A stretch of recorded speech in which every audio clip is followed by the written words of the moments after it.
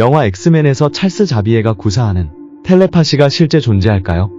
19세기 말 케임브리지 대학교 F.W.H. 와이어스 교수가 처음 정의한 텔레파시는 언어나 몸짓, 표정 없이 타인의 마음을 감지하는 능력입니다. 국어사전은 한 사람의 사고, 말, 행동 따위가 멀리 있는 다른 사람에게 전이되는 심령 현상으로 정의합니다. 현실 세계에서 가장 흔한 텔레파시는 꿈에 영향을 주는 드림 텔레파시입니다. 말 그대로 어떤 정보를 송신해 잠든 사람의 꿈에 영향을 주는 능력입니다. 송신자가 특정 사진이나 영상, 글자를 잠든 이에게 보내 소통할 수 있다고 과학자들은 말하고 있습니다. 드림 텔레파시에 관한 실험자 중 미국 브루클린의 꿈 연구센터를 설립한 정신과 의사 겸 심리학자 몬테규 울만 박사가 유명합니다. 1960년대 중반 뉴욕 마이모니데스 에료센터에서 그는 피실험자를 A와 B 그룹으로 나누고 드림 텔레파시 실증에 나섰습니다. A 그룹에는 영화, 예술 또는 일상을 담은 이미지들을 보여줬습니다. 동시에 B 그룹은 격리된 방에서 잠을 자도록 했고 그 후 A 그룹의 각자가 본 이미지를 생각만으로 B 그룹에 전송했습니다. 박사는 B 그룹의 실험 대상들이 렘 수면에 빠지자마자 깨워서 이미지를 확인했고 그 결과 일부가 실제 사진을 묘사해냈습니다. 이후 박사는 10여 년 동안 드림 텔레파시에 관한 실험을 계속했으며 그 결과 과학자들은 잠든 사람의 꿈을 조작할 수 있다는 결과를 내놓았습니다. 특히 박사는 화가 에드가 드가의 발레 수업을 이용한 실험에서 드림 텔레파시의 존재를 확인했습니다. 박사는 드가의 발레 교실을 실험에 이용했을 때 큰 기대를 걸지 않았지만 잠에서 깬 B그룹의 일부 실험 대상은 꿈속에서 상세한 내용을 묘사했습니다.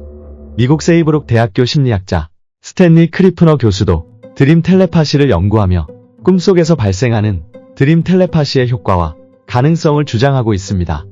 크리프너 교수는 1970년 3월 15일 홀리 모델 라운더스라는 포크밴드 콘서트장에서 텔레파시 실험을 진행했습니다.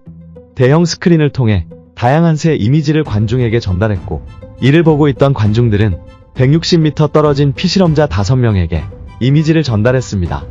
유명 포크송 가수 겸 기타리스트 리치 하벤스도 실험에 참여했고 하나의 수신자는 신화와 관련된 새 이미지를 받았다고 언급했습니다. 이와 같은 텔레파시 현상은 과학적으로 연구되어 왔고 미 국방부조차도 관심을 가지고 있었지만 아직 완벽히 설명되지는 않았습니다.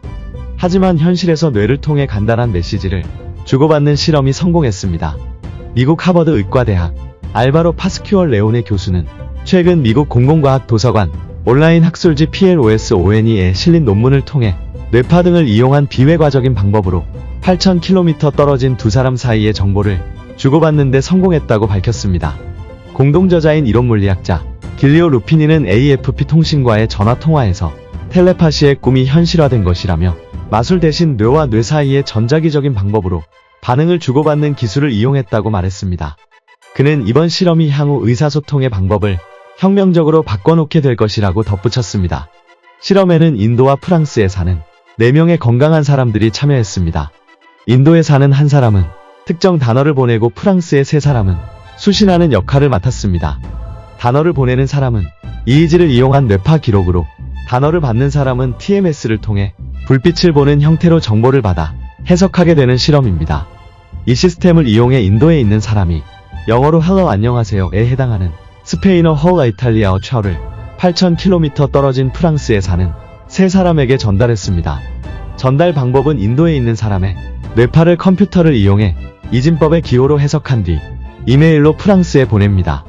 프랑스에서 이를 펄스 신호로 다시 바꿔 TMS를 이용 메시지 수신자의 뇌를 자극해 피실험자의 주변 시각의 빛 형태로 나타냅니다. 프랑스에 사는 3사람 수신인은 모두 메시지의 내용을 정확히 이해했습니다. 스페인과 프랑스인들이 참여한 두 번째 실험에서는 전체 메시지의 15%가 잘못 전달됐습니다. 잘못 전달된 메시지의 경우 송신자의 메시지를 암호화하는 인코딩보다 해석하는 디코딩 쪽에서 에러가 많이 발생했습니다. 이번 발견은 비록 매우 초보적 수준이긴 하지만 말이나 글로 쓰지 않고 서로 생각을 주고받을 수 있음을 보여주었습니다. 파스큐얼 레오네 교수는 이번 연구로 언어나 이동수단에 기초한 전통적인 의사소통 방식에서 벗어난 새로운 의사소통의 가능성을 찾는데 중요한 첫발이라고 평가했습니다. 지난해 페이스북이 F8 개발자 행사에서 텔레파시에 대한 일부를 공개했습니다. 페이스북은 레지나 듀건을 영입하여 빌딩 8 내부 연구소를 설립하고 텔레파시 기술을 개발하고 있습니다. 빌딩 8은 60명 이상의 과학자와 개발자로 구성되어 있으며 페이스북의 10년 뒤 미래 계획을 수립하는 역할을 맡고 있습니다. 듀거는 IA Intelligence Augmentation로 불리는 인간 감각 확장 기술에 초점을 맞출 것이라고 밝혔으며 F8 2017에서 해당 기술 일부를 공개했습니다. 뇌를 사용하여 컴퓨터에 문자를 입력할 수 있는 첫 번째 시스템과 피부로 듣는 기술을 소개했습니다. 두 가지 기술을 결합하면 텔레파시를 구현할 수 있을 것으로 기대됩니다. 페이스북을 비롯한 구글, 바이두 등 IT 기업에서는 딥러닝을 활용하여 인간의 목소리를 복제하는 기술도 개발 중이어서 개인의 목소리를 텔레파시로 전달하는 기술도 함께 발전할 수 있습니다. 이와 같이 텔레파시 기술은 신경과학뿐만 아니라 AI와 웨어러블 등 IT 기술까지 복합적으로 융합된 기술입니다. 페이스북뿐만 아니라 테슬라, 스페이스X의 일론 머스크도 사일런트 스피치를 개발 중이라고 밝혔습니다. 이러한 기술을 통해 뇌 손상이나 장애가 있는 사람들을 치료할 수 있는 응용 프로그램을 개발할 것으로 예상됩니다. 나사, 구글 등도 사일런트 스피치에 관심을 보이고 있습니다. 미래에는 뇌 신호를 이용한 대화가 가능해지며 일본 ATR 연구소는 컴퓨터로 뇌 신호를 전달해 인공 텔레파시를 구현하는 연구를 진행하고 있습니다. 세계미래학회가 WFS 발표한 2030 미래를 가다에서는 인공 텔레파시의 가능성을 살펴보고 있습니다. 이런 텔레파시 능력은 과거부터 현재까지 우리가 믿고 있는 신에게 기도를 하거나 행복을 기원하는 기도, 제사를 지내면서 가족의 건강과 행복을 기원하는 것도 텔레파시를 통해 수신자에게 자신의 생각을 전달하는 방법일 수도 있다는 생각이 듭니다. 특히 자기계발서인 시크릿이란 책에서도 자신이 원하는 목표를 정확하게 쓰거나 생각하면 목표가 이루어진다라는 의미도 같은 맥락일 수도 있습니다. 넷플릭스 드라마 3채에서 인간이 외계인과 소통하는 방법을 텔레파시로 한다는 설정이 있습니다. 빛보다 빠른 물질은 없기 때문에 물리적인 접촉보단 텔레파시를 통해 외계인과 의사소통을 한다는 설정도 막연한 상상만이 아닐 수도 있습니다. 미래에는 총알이 빗발치고 대공포가 터지는 참호 속의 두 병사, 각각 왼쪽과 오른쪽을 맡아 주시하는 병사들은 서로를 볼 틈조차 없습니다. 하지만 이들은 단지 생각만으로 남은 실탄과 전투 상황에 대해 서로 교신할 수 있습니다. 무전기에 입을 갖다 대고 고함을 지를 필요도 복잡한 수신호도 필요 없습니다. 본부에도 생각만으로 이메일과 음성 메일을 남길 수 있습니다. 이런 상황은 인공 텔레파시가 바꿔놓을 미래 전투 장면의 모습입니다. 인공 텔레파시는 생각을 그냥 무한대로 주고받는 텔레피시와 달리 약속되고 훈련된 형태의 메시지만 생각을 통해 주고받는 소통 방식입니다. 인공 텔레파시는 할리우드 공상과학 영화에 나오는 황당한 얘기가 아닙니다. 미 육군은 이를 위해 미 캘리포니아 주립대 어바인 캠퍼스, 카네기 멜론, 메릴랜드대 연구팀에 약 400만 달러의 용역을 주고 있습니다. 메릴랜드대 연구팀을 지휘했던 신경과학자 데이비드 포펠 교수는 뉴욕대로 옮겨 실험에 박차를 가하고 있습니다. 뉴욕대 신경과학부 건물 2층에 뇌자기파 검사 에미지 연구실, 언어학과 1학년에 재학 중인 일씨가 머리카락 사이에 센서를 달고 마치 뇌수술을 하는 수술대처럼 생긴 초전도양자 간섭소자 탐지기 속으로 들어갔습니다. 뇌 내부의 활동을 자기장의 변화로 계측하는 이 연구실은 뇌의 기능별 위치와 작동 방식의 비밀을 풀어 뇌 지도를 그리는 첨단 연구실입니다. 이 연구실은 최근 의미 있는 실험에 성공했습니다. 실험자에게 나는 지금 뉴욕 지하철로 달려간다는 식의 문장과 바에서 맥주를 즐기며 음악을 듣고 있다는 식의 서로 다른 여러 문장을 한 번만 말하도록 한 뒤 실험자의 생각만으로 어떤 문장을 말하는지 알아맞힌 것입니다. 포펠 교수는 마치 모스보호처럼 정보를 담은 패턴이 뇌로부터 발산되는 것을 탐지했다고 말했습니다.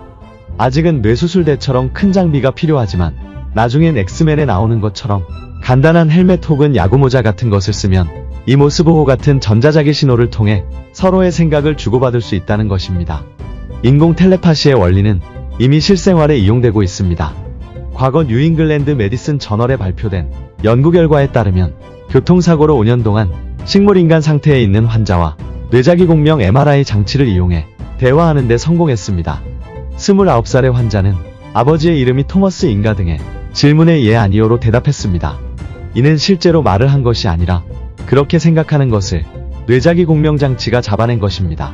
연구자들은 인공 텔레파시가 뇌는 정상적으로 작동하는데 서서히 근육의 힘을 잃어가는 루게릭병에 걸린 환자들이 소통하는데 결정적인 역할을 할 것으로 기대하고 있습니다. 데이비드 포펠 교수는 20에서 30년 뒤엔 아직 인공 텔레파시 수준은 아니지만 뇌신경과학의 발달로 스타트rek에서 보는 것처럼 컴퓨터하고 말하면 컴퓨터가 알아서 작동되는 완벽하게 음성만으로 명령을 내리는 세상이 올 것으로 예상하고 있습니다. 그는 할리우드 영화에서 너무 완벽한 사이보그를 보아왔기 때문에 우리의 과학이 매우 발전된 것으로 착각하지만 가장 발달된 컴퓨터를 어린아이의 뇌와 비교하더라도 장난에 불과한 수준이라며 완벽한 음성 인식을 위해서도 두뇌 연구에 비약적인 발전이 있어야 한다고 말하고 있습니다. 이렇듯 텔레파시는 먼 미래나 공상과학만의 기술이 아니라 실제 개발되고 있는 과학적인 분야입니다. 이상 텔레파시에 대해서 자세히 알려드렸습니다.